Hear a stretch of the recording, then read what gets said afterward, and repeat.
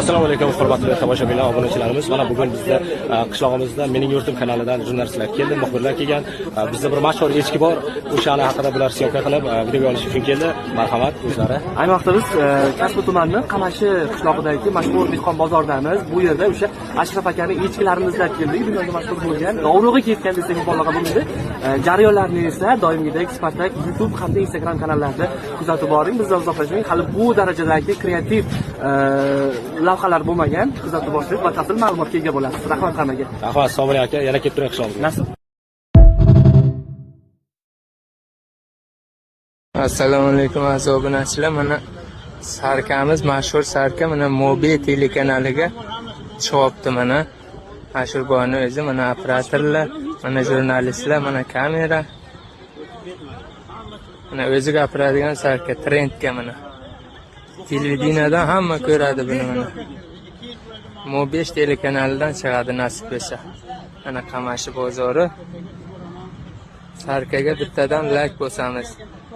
Xizmatlaringiz katta sizlarni. Mana 1 million like ilashdi mana shu Sarka. Mana chiqdi mana. Nasib bo'lsa televideniyaga chiqardik mana shuni. Bemalol like bosaverasizlar yana. Podдержка uchun rahmat. Sog' bo'linglar. Sarka nomerading. Hech bu qochib ketgan vaqtlari ham bo'lganmi, bo'lmaganmi? Shayroq Qamashi qishlog'ida televideniya kelgan. Mana o'sha biz mashhur qilgan echki. Reportaj ketyapmiz sizlarga. Like bosib ketganingizlar. Televideniyada ko'rasizlar.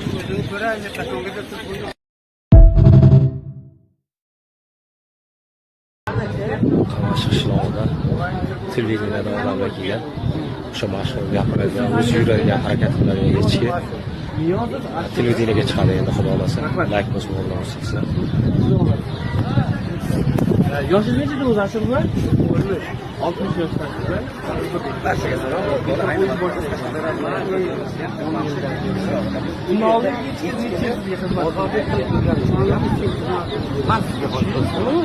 Assalomu alaykum. Qashqadaryo, Surxondaryo podeshkada bo'lamiz. Nima maqsadda foydalanasiz? Mana shu yoqqa olib chiqaman, balyachilar ko'radi, tomosha qiladi, bozorga tursam, nima bo'lsam uyda eritib beradi.